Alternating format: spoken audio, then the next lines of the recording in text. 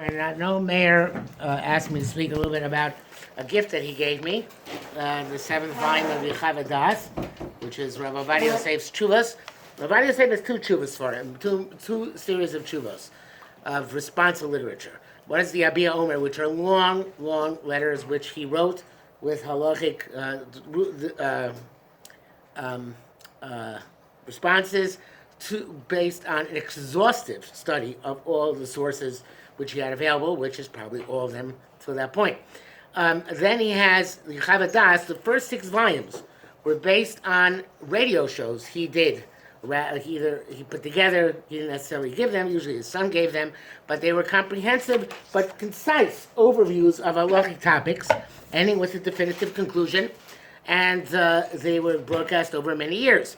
And the 7th volume, Yechaveh Da'at, which was just put out obviously posthumously, does not consist of radio programs, it consists of shorter responsa. In other words, opposed to the Abia Omer, which are extraordinarily long for the most part, these are relatively short teshuvos, short responses. Again, mostly letters, which he gave to various people who asked questions of him. So we'll just do a few random ones, and then we'll see if this is an interesting topic. We can do more in the future. So let's do the first one, which you'll like to see, is the first one I opened to. I'm sorry, I spilled all that coffee on my shirt. I apologize. So the Birchas HaGomel, the bracha you make when somebody's saved, can you make it on somebody who else was saved, or on a friend? If it's on a relative or on a friend, you make Birchas HaGomel. Normally you make Birchas HaGomel when you yourself are saved from some sort of dangerous situation, or when you went overseas, or something to that effect. But can you make it for somebody else as well? Okay? So the interesting question is that the question was asked an interesting one. It's talking about, it was given in 1984, actually in 1983, and it's at the time of the Lebanon War.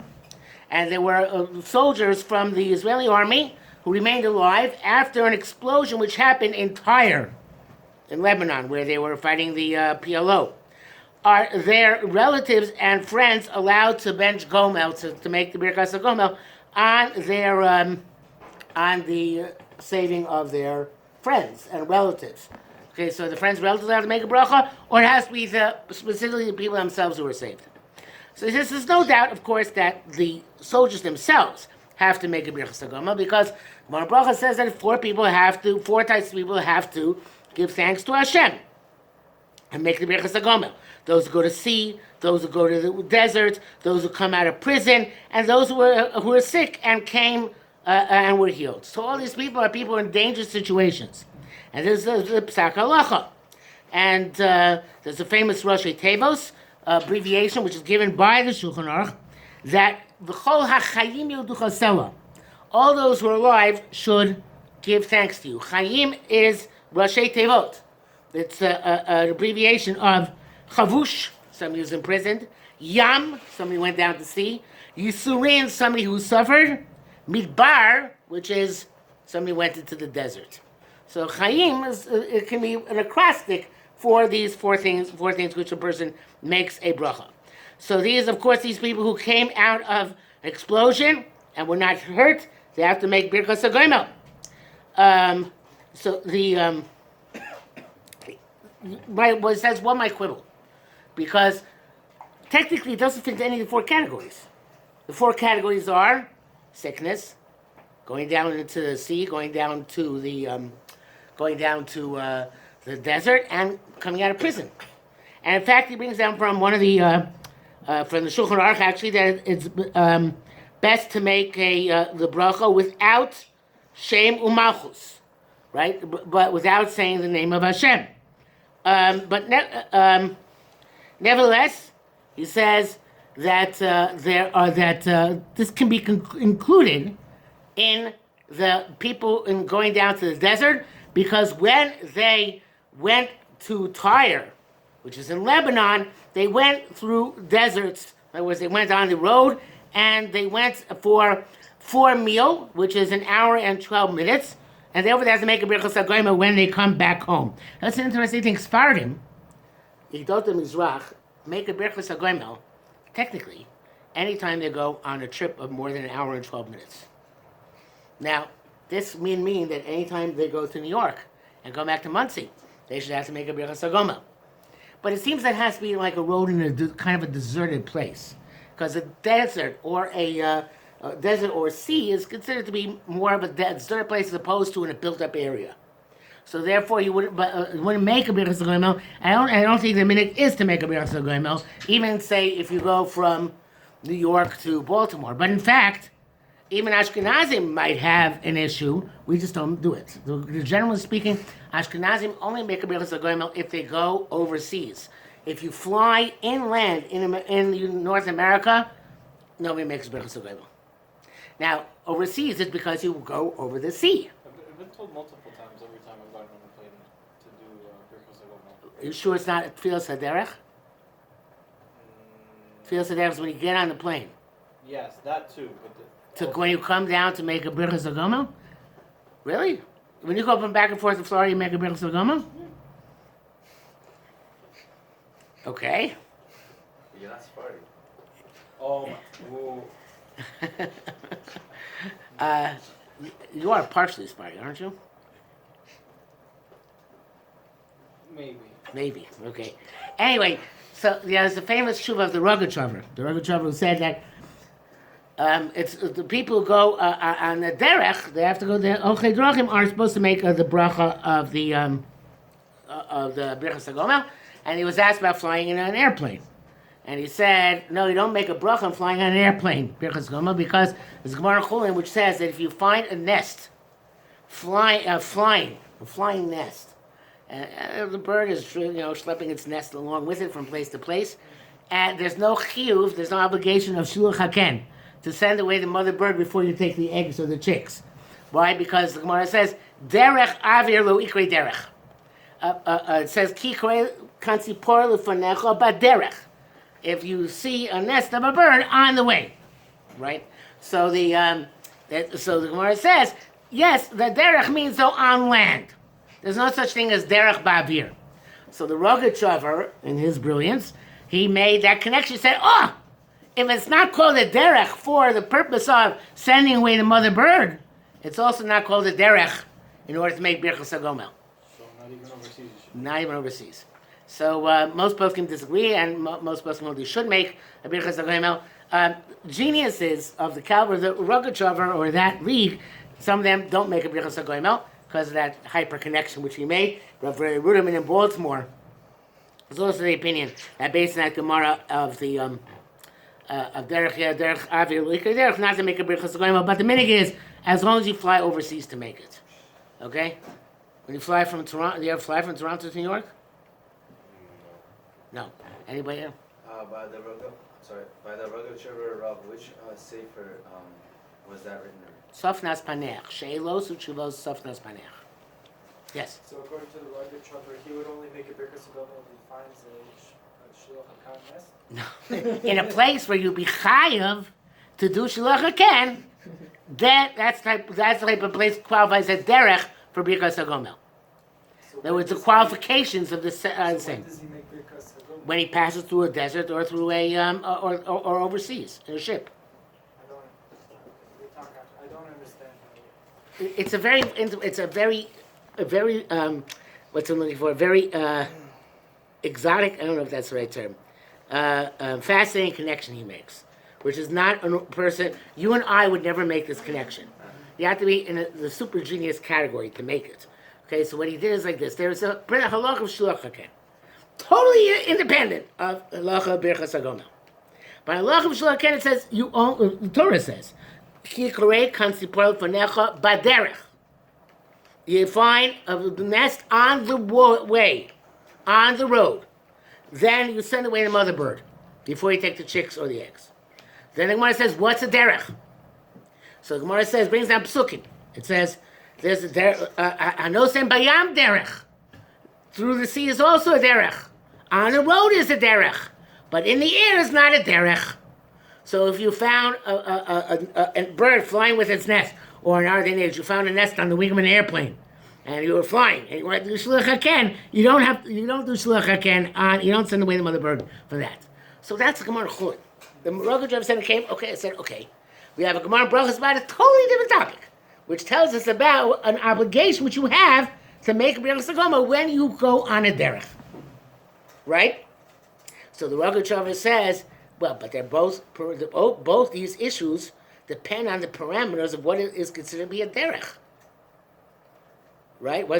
So therefore, if in terms of the parameters of shluch haken, a derech avir lo ikre derech, there's no such thing as a road in the sky.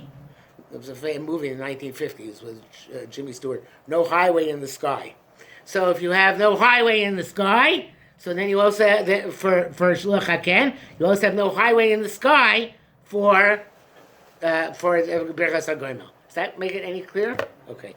So in terms of the relatives and friends, so he says machlekes rishonim.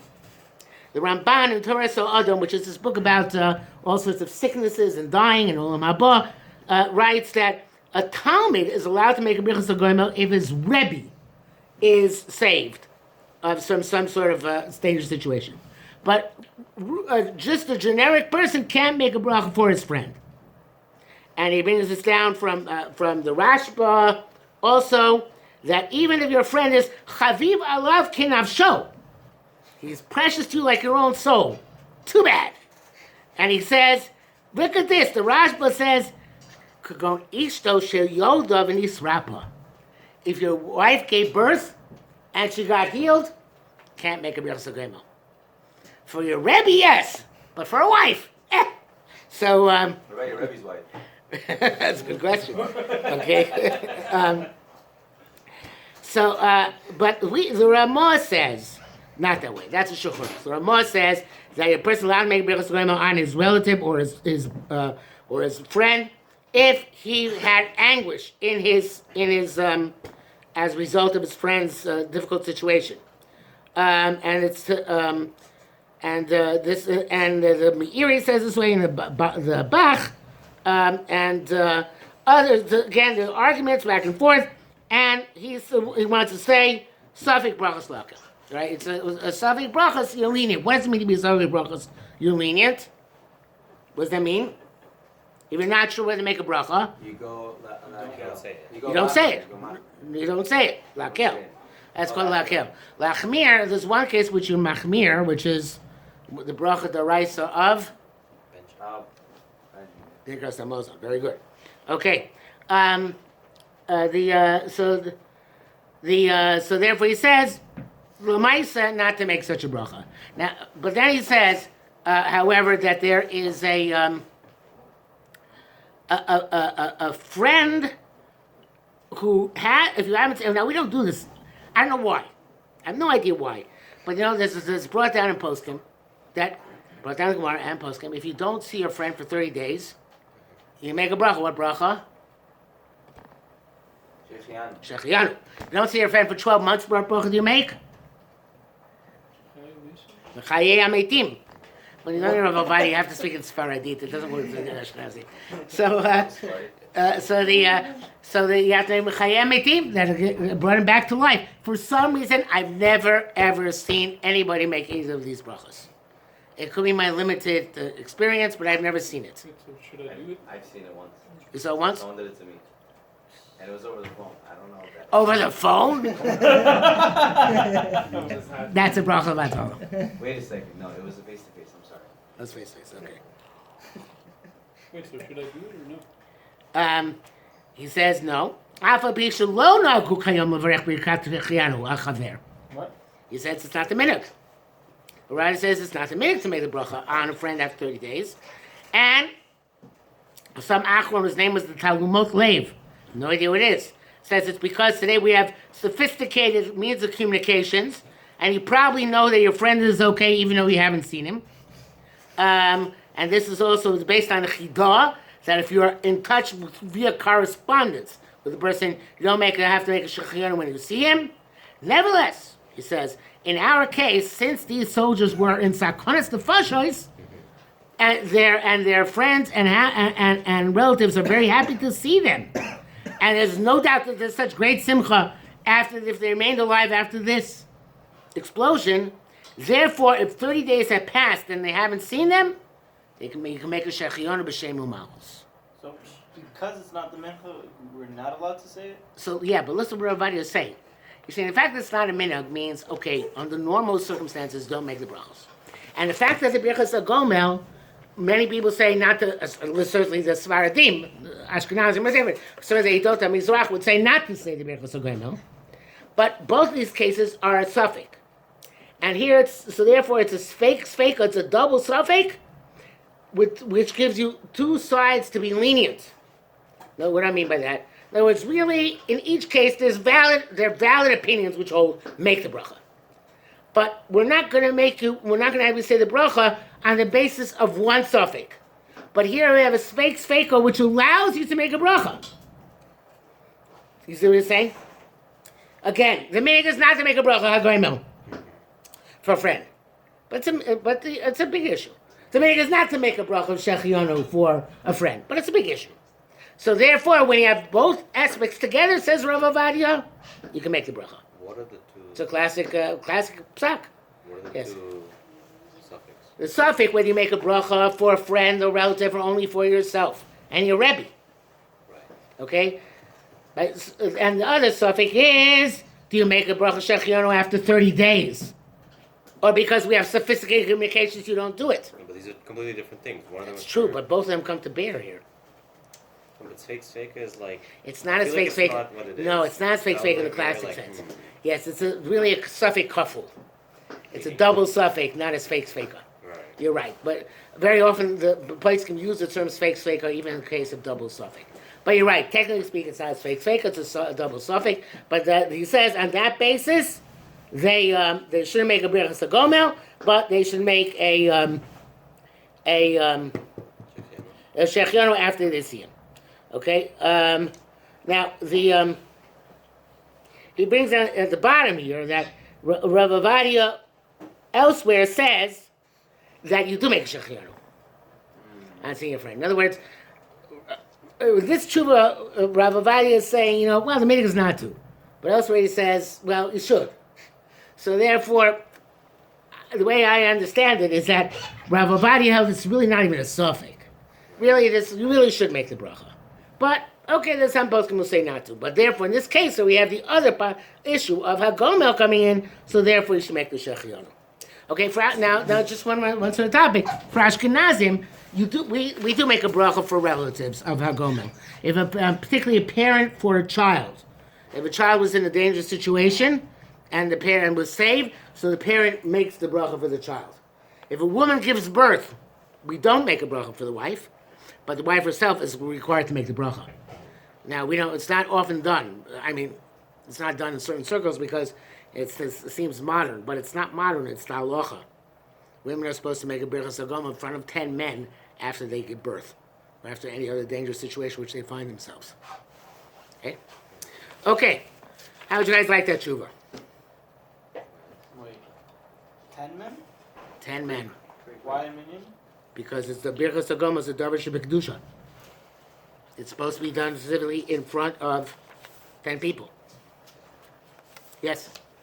I like it. It reminded me of this one Rav. He's also Sephardi. He told me that regarding davening after Hatzot, after the Zman Tefillah, Rav Ovadia Yosef also has a contradiction, and I'm still not clear on what he holds. Whether we're allowed to make various brachas like Yitzhar Or and After Chatzos? after Zman Tefillah. After Zman Tefillah. After Zman Tefillah is the issue. But not after Chatzos you wouldn't do Yeah, it. so I feel that he contradicts. It's quite possible. Not contradicts himself, but he purposely, I guess, says yes and no. Yes, it's quite possible. Because he answered so many times to so many different people, of course, of his lifetime, and people change their minds, So you go after the last tshuva in that case. The last thing he said. The last thing, Yes. which is written where, like in the Beats me. Omer or the Yechaveh Da'at. Oh. You have to look at whatever is public, whatever letter was written later, whatever broadcast was broadcast later. So should you bench HaGomel yourself in front of 10 men? If you have to make a Birchas HaGomel, yes. Oh, now what did you do wrong now?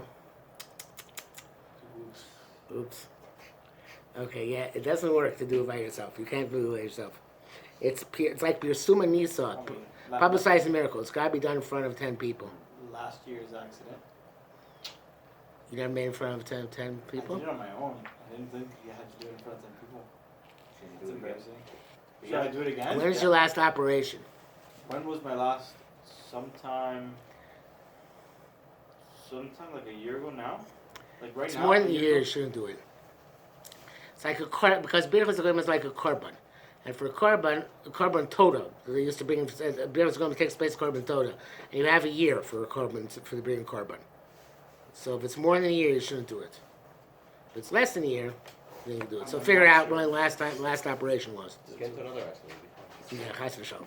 I mean, well, I was the going to likely- suggest that, but I decided not to. Well, the likelihood with the snow. Yeah. Okay, chas v'shalom, chas v'shalom.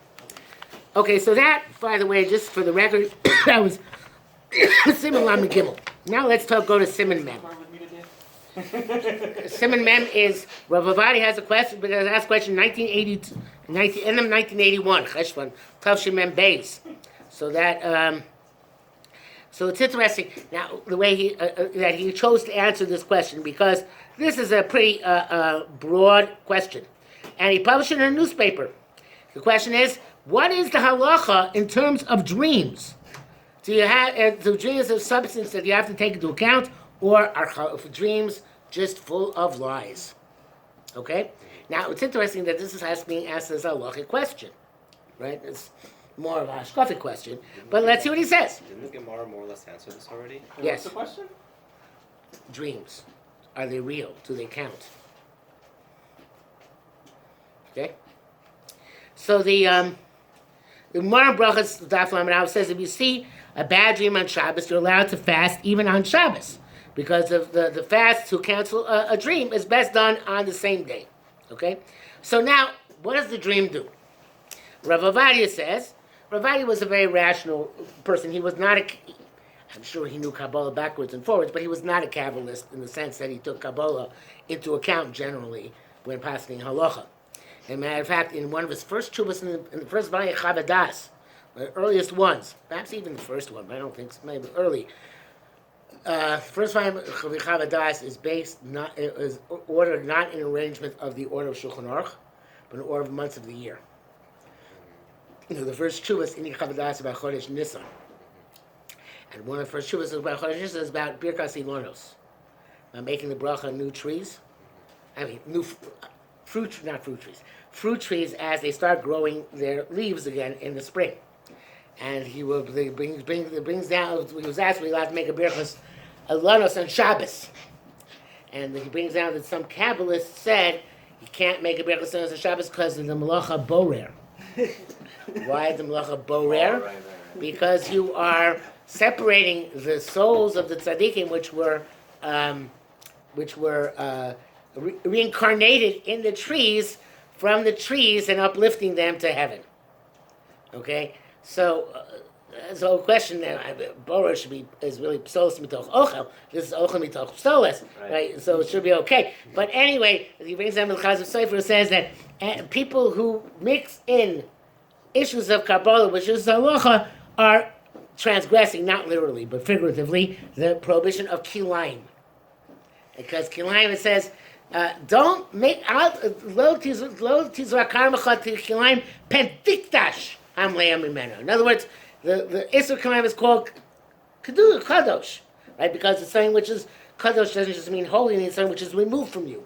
So he says, this trying to bring this kedusha into halacha is a form of kilayim. So we don't bring halacha in, and don't bring kabbalah to halacha, and therefore Rav Ovadia in all his halacha is very, very rational. Both of those are like What? the same sort of like, I don't know, they're both like, both of those ideas are kind of like witty in the same way. Yes. Okay. So he says you have to through the fast you do tshuva, and the gezerah which is decreed upon you is nullified, right? Whatever decree could have been nullified upon you. Nevertheless, the halacha says that if you do fast a fast for a dream on Shabbos, you have to fast another fast after Shabbos to atone for having fasted on Shabbos. Okay, so if you have bad dream on Shabbos, Don't fast. it's bad news. Yeah, right, because they have to do double fast. Okay, now he brings down here. Okay, the Shulchan Aruch is brought down in the Rambam in Hilchos Shavuos that to fast on Shabbos or Yotiv is Aser Midoraisa. It's a Torah prohibition. You're not allowed to fast on Shabbos or Yotiv. Okay, and the Rambam therefore passes somebody who takes an oath to fast on Shabbos or Yotiv, he gets flogged. He gets whipped because that's called a Shvuas Shav. That's a Shvuah which you cannot fulfill. And a Shvuah which you take which you cannot fulfill, you get flogged for. This is the one exception. What? This is the one exception. Yeah, but he's coming around there. Just a second. And so to it brings down the sources from where we know it's a doraisa, several different sources in the various different places, and so if that's so he says if that's the case, and we still let you fast on Shabbos for a dream, like you said, it must be dreams are real. Because otherwise, why would we let you fast on Shabbos for a dream, right? So, however, then it brings down from the Rivosh, that the Rivosh, who was one of the early Achronim, says that they only allowed fasting a fast on Shabbos for a dream for a person whose heart is heavy upon him and is great anguish because of the fear of the terrible dream which he dreamt. And this, he says, Eima chashecha gedoylo nofelas alav. That's like by Brisbane Absorb. He has this tremendous fear falling upon him. So they allowed him to fast on Shabbos. Why? Because his fast is more on Shabbos for him than if he would eat. Wow. Right? No. He's in such a state of discombobulation that for him to eat on Shabbos is not an oineg. So therefore, for his ending Shabbos is to fast on Shabbos. Okay, so we do that for him in order that, because he knows a fast can cancel a dream. But then he has to fast again on the weekday because he negated the Oneg Shabbos, which is the normal Oneg Shabbos of eating and drinking. But if the guy, so then he says, the reverse says, so if the guy is not so upset about the dream, it doesn't bother him. And like it says, when Shmuel, my brother says, when Shmuel saw a bad dream, he would say, dreams are full of baloney. So then it's also for that person to fast on Shabbos. And he's not allowed to be vatal, it's his Oneg Shabbos, which is the Raisa. Yes? Does this same ruling apply to an Avel who do we allow him to cry?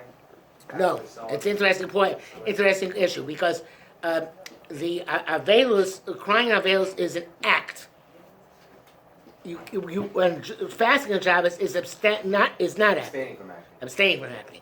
So to cry on Shabbos is acting out Avelus, which is forbidden. To fast on Shabbos is, you went around with a sign, I am fasting for a dream.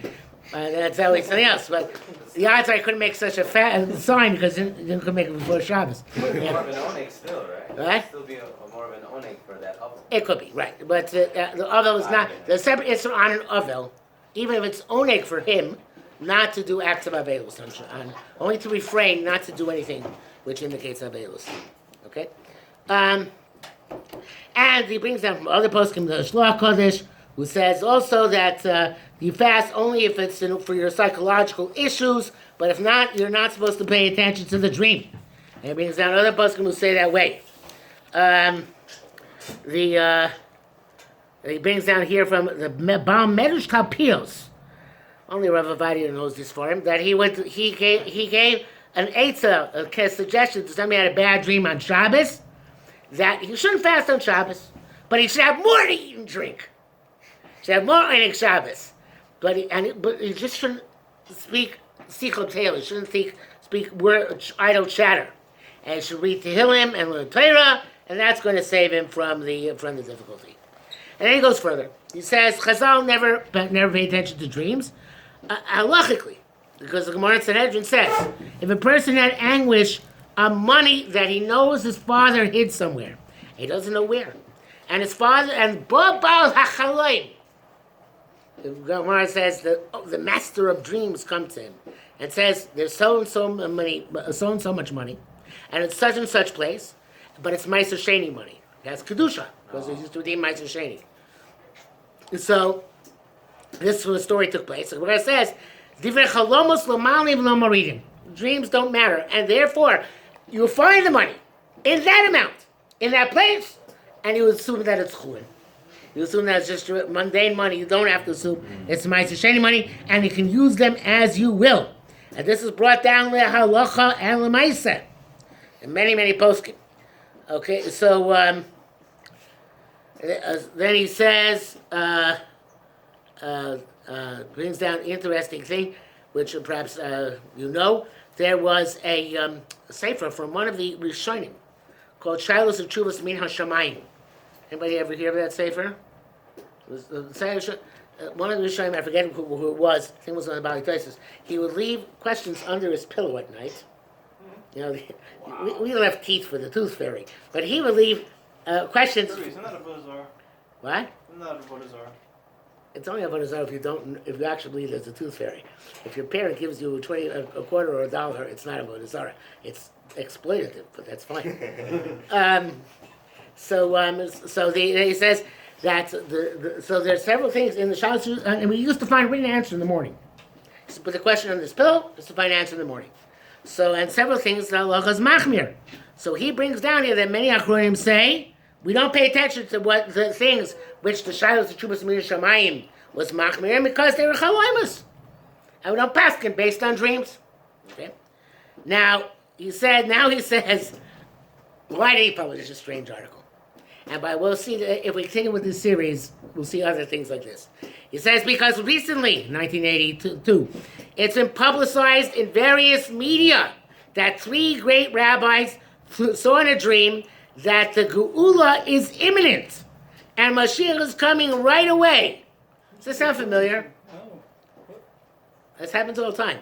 Have you not heard that Reb Chaim Kanievsky had a dream yesterday, the day before, whenever, last year? He's going to have a dream tomorrow. They say this all the time. No, but they say it all the time, right? No, but who was he?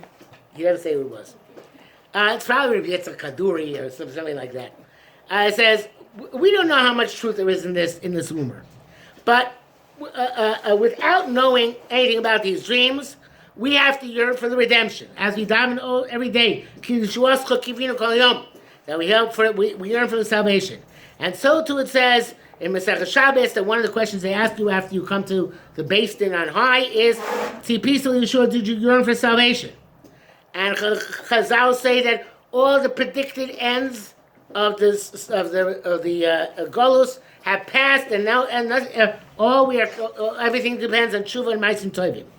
And therefore he says we have to try and do complete Tshuva and learn Torah and do tzedakah, use chasadim, and to encourage people who are close to Torah and bring close people who are far from Torah. And that's we're going to be zoichet to the Geula, and nobody, therefore, the implication is, should pay any attention to any stories about anybody's dreams,